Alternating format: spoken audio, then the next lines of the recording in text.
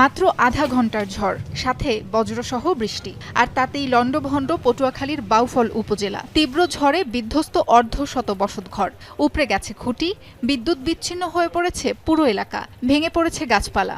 2 জনের মৃত্যুর পাশাপাশি গাছ চাপায় হতাহতও হয়েছেন বেশ কয়েকজন। আহতদের ঢাকা, বরিশাল সহ স্থানীয় হাসপাতালে চিকিৎসা দেওয়া হচ্ছে। আমাদের ব্যাপক পরিমাণ ক্ষতি হয়েছে, 4-5টা গাছ উগিয়ে পড়ছে এবং আমার চালমাল সহ উঠে নিয়ে গেছে বাতাসে। অকল্পনীয় ঝড় বন্যা হয়েছে, গাছ এবং আপনার কারেন্টের খাম্বা, ঘর বাড়ি সবকিছু তছনছ করে দিয়েছে, লন্ডভন্ড করে দিয়েছে। আমার ঘর তো বাইরে হয়েছি, আর ঘরে কোনো জায়গাই নেই আমার ঘরে যাবার। গেল কয়েকদিন ধরেই রোদের দাপট, তীব্র গরমে হাঁসফাঁস অবস্থা। তবে সকাল সকাল মেঘলা আকাশে স্বস্তি নামে জনজীবনে।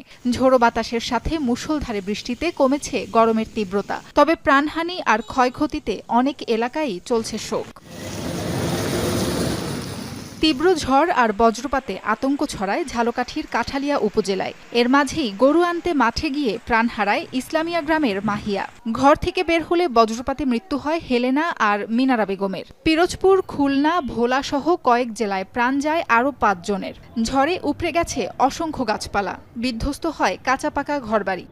হঠাৎ করে অন্ধকার হইয়া হঠাৎ আচুক ব্যাপক এমন বাতাস ছাড়ছে, আমাদের এই ঘর বাড়ি দেখেন, এই গাছপালা পড়ছে, আমাদের এই ঘর বাড়ি অনেক ক্ষতি হয়েছে। গরু বাসায় দিয়েছিলাম, পরে আমার দিনে পুরো দিয়ে গাছ কাটতে গেছি, পরে হাতে এখান থেকে পুরো হয়ে গেছে।